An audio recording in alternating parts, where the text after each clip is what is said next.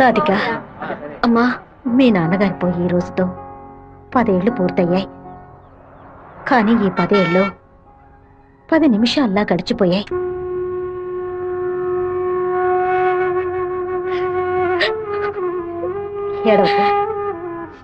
ఏడవకూడదు.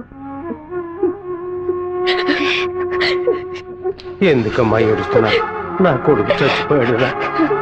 నువ్వు నాకు మనవరాలివి కాదమ్మా, మనవడివి. గుండెల నిండా ధైర్యంతో ఉండు. మనస్సుని రాయి చేసుకుని బతకాలమ్మా.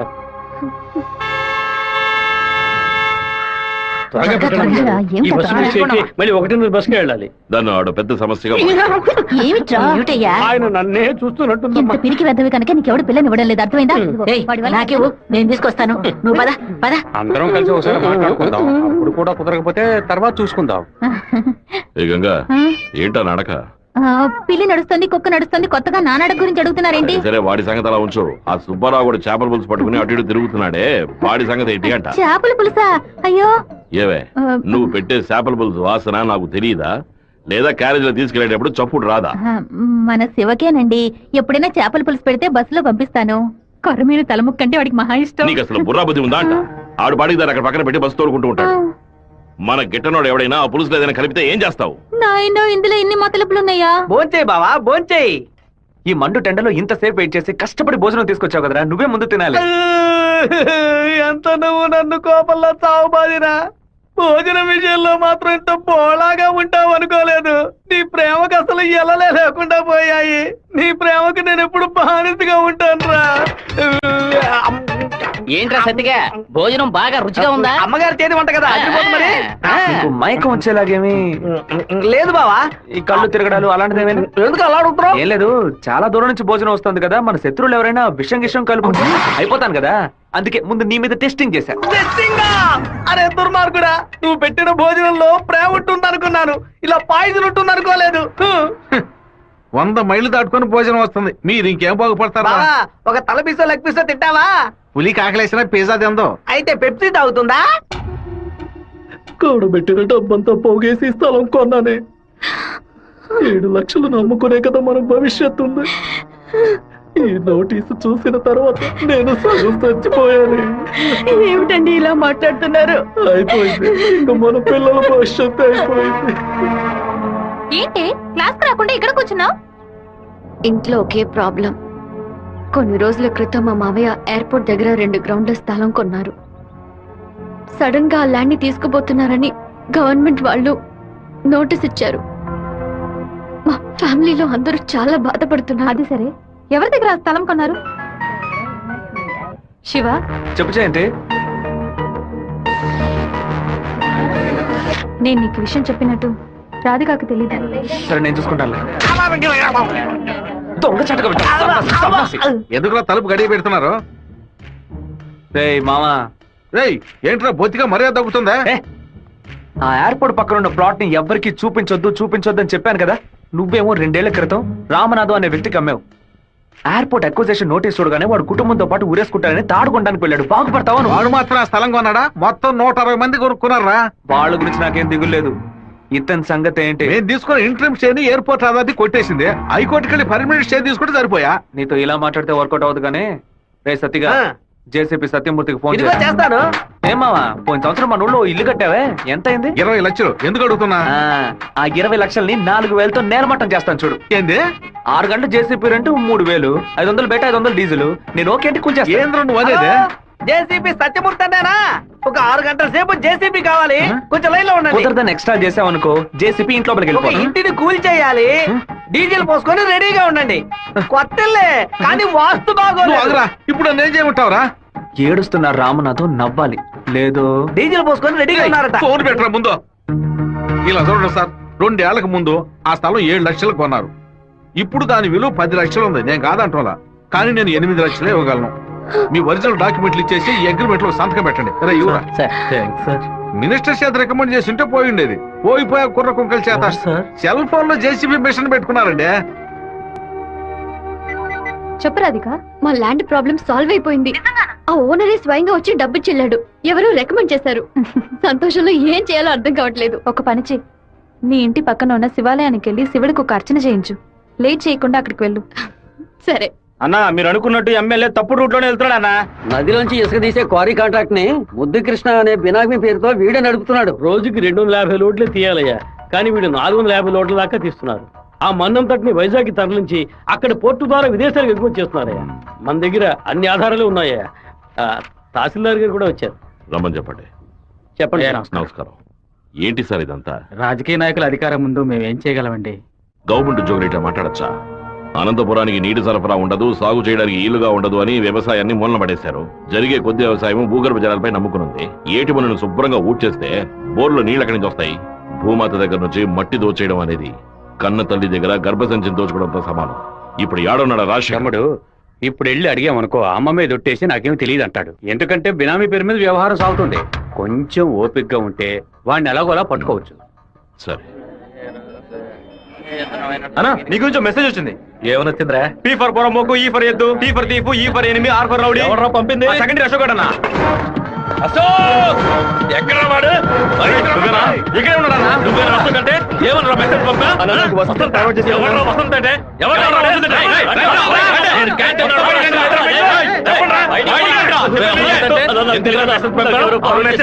ఫార్వర్డ్ చేసింది? జయంతి, ఆ మెసేజ్ ని క్రియేట్ చేసింది నేనే. అందరి దగ్గర మొబైల్ చెక్ చేయండి. నిన్న క్యాంటీన్ లో పీటర్ మంజుని ర్యాగింగ్ చేశాడు కదా, ఆ కోపంలో మంజుకి మెసేజ్ పంపించాను. అది ఎవరికో ఫార్వర్డ్ చేసింది. ఇక్కడ ఉన్న వాళ్ళ ఇన్బాక్స్ లో మెసేజ్ కనుక ఉందంటే వాళ్ళ బట్టలు ఉడదీసి నడి రోడ్డులో చెప్పు చేయండి. ఆ మెసేజ్ నాకు వెంటనే ఫార్వర్డ్ చేయి. నేను దాన్ని రాధికకు పంపిస్తాను. దాన్ని డిలీట్ చేయకుండా వాడికి చూపించమని చెప్పు. ఎవడరా ఈ నెంబర్? నాకేం తెలియదు. ఎవడరా నీకు పంపింది? శివ పంపించాడు. డిలీట్ చేయొద్దు. ఎవడు శివ? పంపించిందన్నా. ఉమా ఎవర్రా ఉమా? దీని మొబైల్ చెక్ చేయరా. పంపించింది మంజు అన్న. ఎవరు పంపారా నీకు? అసలు మెసేజ్ నీకు ఎవరు పంపారా? ఫార్వర్డ్ మెసేజ్ ఎవరో నాకు తెలీదు. 9842465567 ఎవరి నెంబర్ ఇది? నాకు తెలీదు. ఎవరి నెంబర్ ఇది? బాస్ నేనే బాస్. నేనే ఆ మెసేజ్ క్రియేట్ చేశాను. మీరందరూ వెళ్ళండి. క్లాసులకు వెళ్ళండి. ఉండు, రా, నువ్వు వెళ్ళు.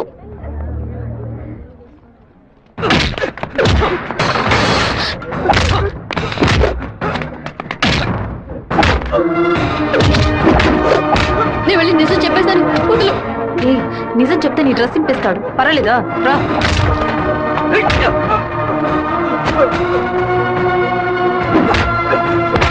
పీటర్ ఆగు. పీటర్ నా మాట అసలు నువ్వేం మాట్లాడుకో, నాదే తప్పు. చెప్తున్నాను కదా, తీసుకుపోరా ముందు. రారా శివ, రా. ఏరా వాడు నిన్ను కొడితే నువ్వు తిరిగి కొట్టవా? ఏమయ్యా బావా, నువ్వు చూస్తూ ఊరుకున్నావా? ఈ ఊళ్ళో ఈ బ్రతుకు బతికే బదులు మన ఊరికి వచ్చి బర్రె కొట్టల దగ్గర పేడెత్తుకొని బతకొచ్చు కదయ్యా. రేయ్ నన్నేం చేయమంటావరా? ఇది ఎందుకు మెసేజ్ ఇచ్చాడు? ఇస్తాడయ్యా, ఇస్తాడు. దాన్ని నువ్వు మేనేజ్ చేయాలి. అట్లా చేయకుండా వదిలేరా. రే పంది, నువ్వు చూస్తూ ఊరుకున్నావా? లేదంటారా నీకు? ఊరుకోరా. పీకేనంటే వదిలేమంటే వదిలేస్తాను అనుకున్నావా? ఏం చేయాలో నాకు తెలుసురా. అయ్యగారికి ఇప్పుడే ఫోన్ చేసి చెప్తాను. ఫోన్ లాక్కుంటే పీసీ పోలేదు అనుకున్నావా? టెలిగ్రామ్ చేస్తాను, పౌరంతో సందేశం పంపిస్తాను రా. విషయం బయటకు తెలిస్తే అమ్మాయికి ఏమవుతుందని భయపడి నేను మూసుకొని వచ్చాను. నువ్వేమో దగ్గరెచ్చిపోతున్నావు. చంపేస్తాను. చంపరా, చంపే. నేను ఈ తిరుపతి వదిలి వెళ్లేలోపు వాడు గొంతు పిసికి చంపకపోతే నా పేరు సత్యబాబే కాదు, ఇదే నా శపథం. ఏంటి సార్ ఇది? పంతులు స్ట్రైట్ గా కమిషనర్ కే కంప్లైంట్ ఇచ్చాడు. లేపెత్తాను సార్ వాడిని. నా మాట విని నువ్వు లొంగిపో. అప్పుడే ఈ టేబుల్ మీద ఉన్న నీ కేసు ఫైలు ఆ షెల్ఫ్ కి వెళుతుంది. వారంలో నువ్వు బెయిల్ మీద బయటికి రావచ్చు, లేకపోతే కమిషనర్ నీకు స్పాట్ పెడతాడు. సరే బొక్కలతో మనసు చాలా బాధగా ఉంది జయంతి. నేను నిద్రపోయే వారం రోజులైంది. నేను చేసిన తప్పుకి శివ దెబ్బలు తిన్నాడని తలుచుకుంటేనే బాధగా ఉంది. సారీ 4 సార్లు మెసేజ్ పంపించాను. వాడు రిప్లై కూడా చేయలేదు. వెంటనే పర్సనల్ గా కలిసి సారీ చెప్పాలనుంది. సరే, సారీ చెప్పేటప్పుడు ఒక థ్యాంక్స్ కూడా చెప్పాయి. థ్యాంక్సా? ఆ రోజు మీ ఇంట్లో ల్యాండ్ ప్రాబ్లం కి ఎవరో రికమెండ్ చేశారని చెప్పావే, అతను వేరే ఎవరో కాదు, శివాని. తన ముందుండి వాళ్ళ ఓనర్ తో మాట్లాడి డబ్బులు ఇచ్చేలా ఏర్పాటు చేశాడు.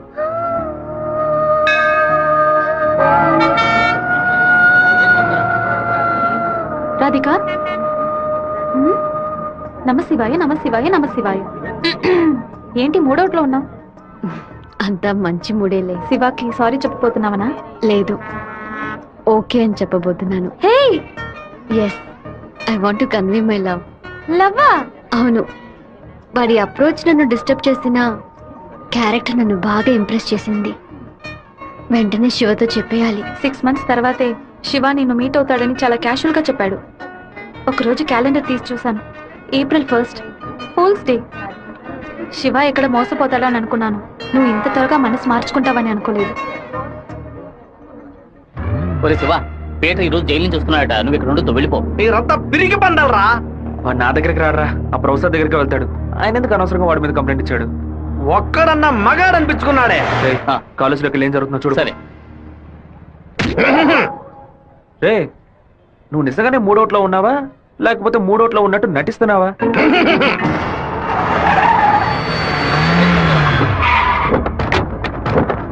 పంతులు ఎక్కడున్నారా? రారా బయటికి. రే సోమనాథం,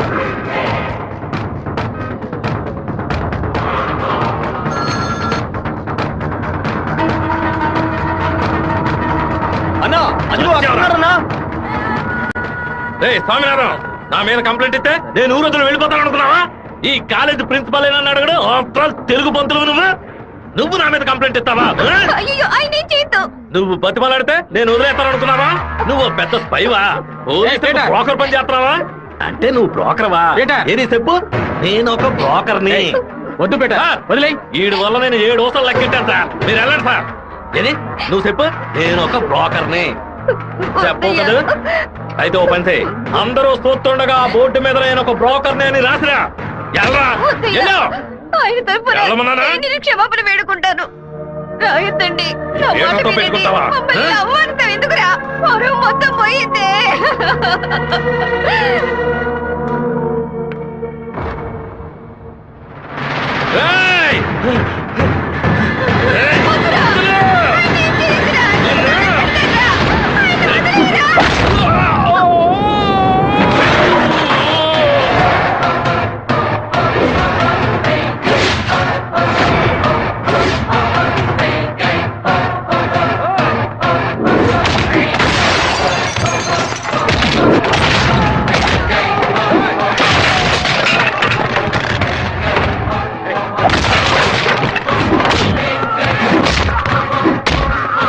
పోలీసులకు ఫోన్ చేద్దామా సార్? వాడిని మనం అసలు ఏమీ చేయలేకపోతున్నాం. కొట్టేవాడిని ఆపటం ఎందుకు?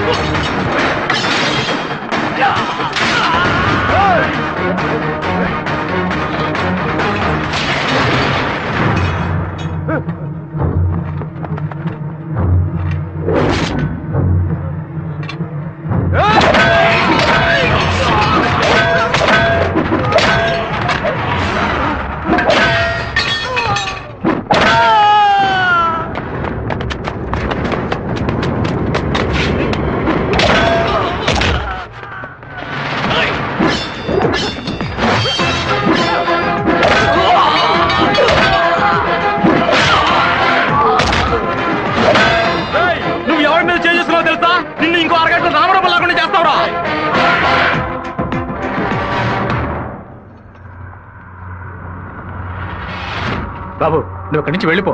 వాళ్ళు వచ్చారంటే నేను వదిలిపెట్టరు.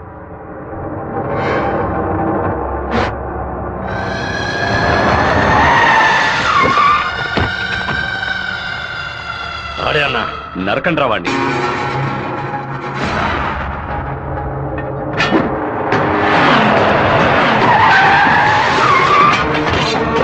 వీరభద్రం అన్న. రే రే ఆగరా.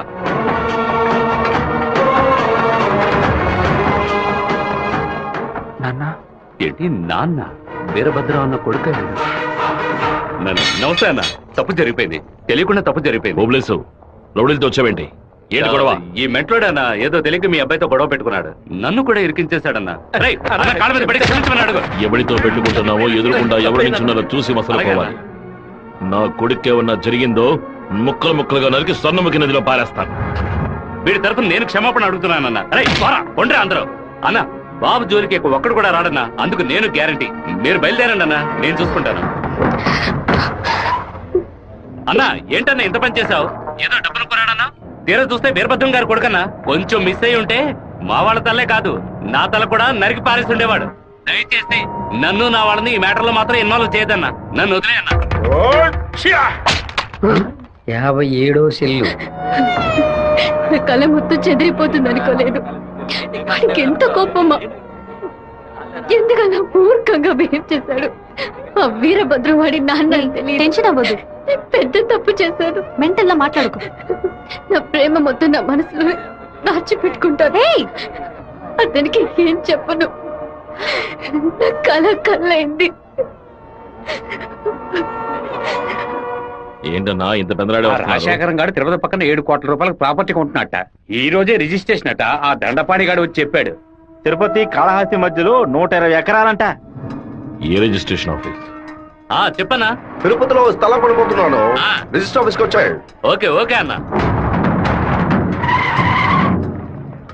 లెక్క పెట్టుకోండి.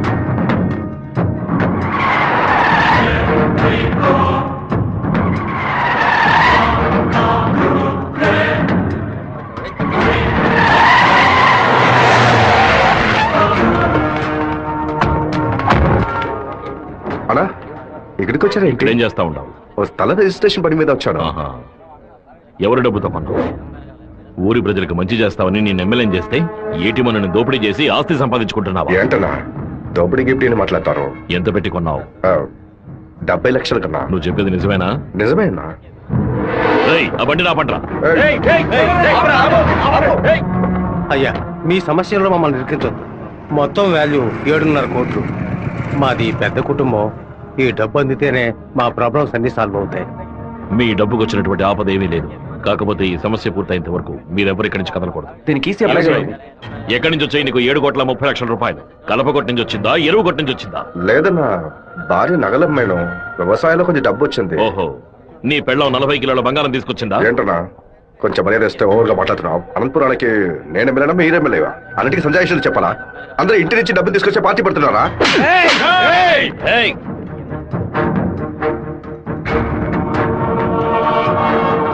నా మాటకు విలువిచ్చి 50,000 మంది నీకు ఓట్లు వేసి నేను ఎమ్మెల్యేని చేశారా? రేపు నేను వాళ్ళకి ఏం సమాధానం చెప్పాలరా? అయ్యా అన్ని రికార్డులోకి ఎక్కించేశారట. ఇక మన చేతుల్లో ఏమీ లేదా? నేనంతా వింటూనే ఉన్నాను. ఒక చిన్న ఐడియా చెప్పరా. ఇతను అక్రమంగా సంపాదించిన ఆస్తులన్నీ మన ఊరు ప్రజలకి, పంచాయతీకి రాసి చేయొచ్చు. వెంటనే అలా చేయడం కుదురుతుందా? చేయొచ్చు అన్న. దానికి స్టాంప్ డ్యూటీ తక్కువే. 10 నిమిషాల్లో డాక్యుమెంట్ రెడీ చేస్తాను. సరే చెయ్యి అన్నా. 100 రూపాయల స్టాంప్ పేపర్ తీసుకొని నేను చెప్పేది కొట్టండి. అనంతపురం జిల్లా పులివెందుల గ్రామం వెంకయ్య వీధికి చెందిన శుంకర సుందరమూర్తి గారి పెద్ద అబ్బాయి రాజశేఖరం అనబడే నేను మనస్ఫూర్తిగా రాసిచ్చినది ఏమనగా, తిరుపతి పక్కనున్న సర్వే నంబర్ 141, 142, 143 కిందకు వచ్చి 120 ఎకరాల భూమిని అనంతపురం జిల్లా వాసులకి హృదయపూర్వకంగా రెడీ నాన్న. లోపలికి వెళ్ళి సంతకం పెట్టు, లేదా గవర్నమెంట్ జీబ్ లో పోయి చువ్వలు లెక్క పెట్టాలి. వెళ్ళు.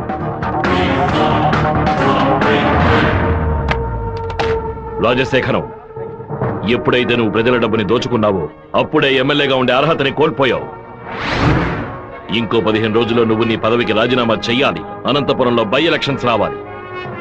ఇలా చూడు, నువ్వు రాజీనామా చేసినా బై ఎలక్షన్స్ వస్తాయి, నువ్వు చచ్చిపోయినా వస్తాయి. వెళ్ళు.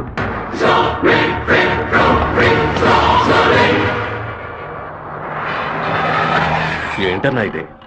4 రోజుల నుంచి ఇక్కడే ఉన్నాం. ఊరు నుంచి అక్కేమో ఫోన్ చేస్తా ఉంది. ఏ ముహూర్తం నిలబట్టావురా?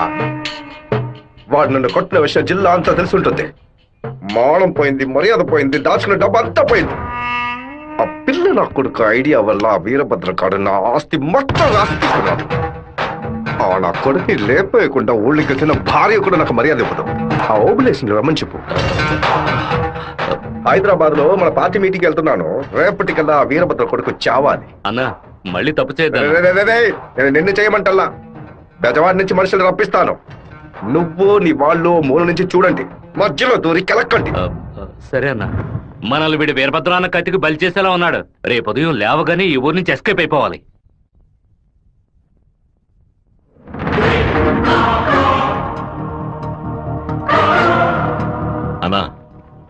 ఓప్లెస్ గాడు తిరుపతి రిజిస్ట్రేషన్ ఆఫీస్కి వచ్చాడు. నన్ను చూడగానే తప్పుకున్నాడు. వాడికి మా అబ్బాయికి ఏదో గొడవ అయ్యింది. రాజశేఖరం రిజిస్ట్రేషన్ కి వాడెందుకు రావాలి? ఏదో తేడాగా ఉంది. అయ్యా చెప్పండి అయ్యా. మన శివకి ఆ పీటర్ గాడికి ఏంటి గొడవ? అయ్యా అది దాచిపెట్టకుండా నిజమేంటో చెప్పు.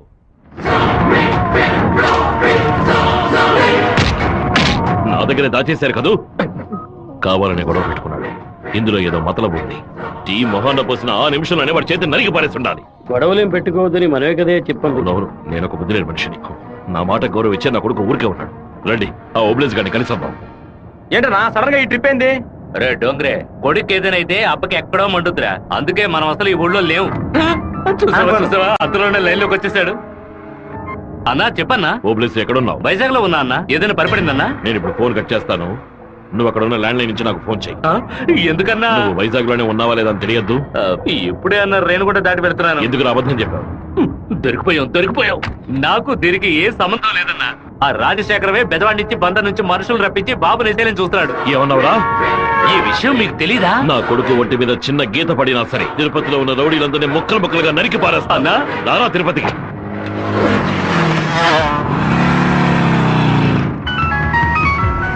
బాబు ఎక్కడున్నావు? రిజిస్టర్ ఆఫీస్ వరకు వెళ్తున్నాను నాన్న. పక్కన ఏదైనా పోలీస్ స్టేషన్ ఉందా? తిలక్ నగర్ పోలీస్ స్టేషన్ ఉంది నాన్న. నువ్వు వెంటనే వెళ్ళి ఫోన్ చేసి ఆ ఇన్స్పెక్టర్కి. దేనికి నాన్న?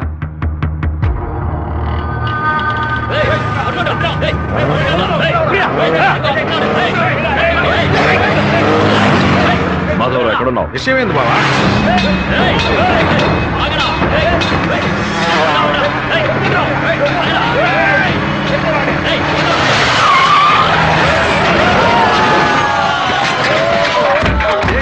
శివ ఎక్కడికి రాలేదని చెప్పారు బావా. మన వాళ్ళకి ఫోన్ చేసి తిలక్ నగర్ మొత్తం వెతకమని చెప్పు.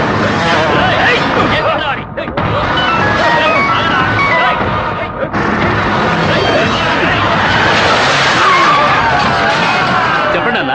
తిరుపతిలో మీ వాళ్ళకి ఫోన్ చేసి అన్ని చోట్ల వెతకమని చెప్పు. పీటర్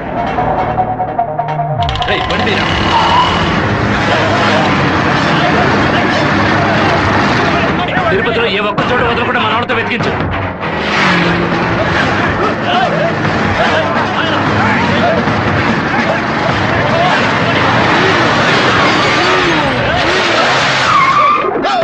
అక్కడికి ఏదైనా అయితే మనల్ని వేసేస్తారు. నేను ఆ కొండపైకి వెళ్ళి చూస్తాను. మీకు ఏదైనా తెలిస్తే నాకు ఫోన్ చేయండి. అలాగేనా?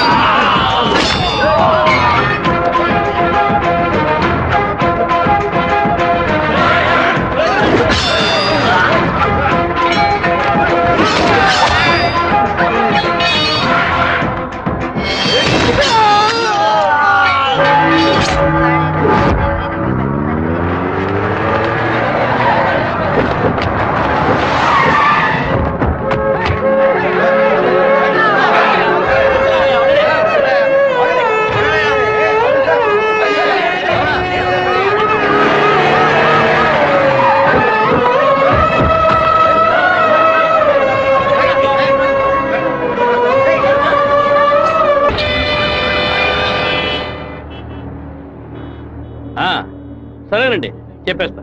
తమ్ముడు మన అబ్బాయి నరికేసే కదా వచ్చాడు ఓటం పాలయ్యి రాలేదు కదా.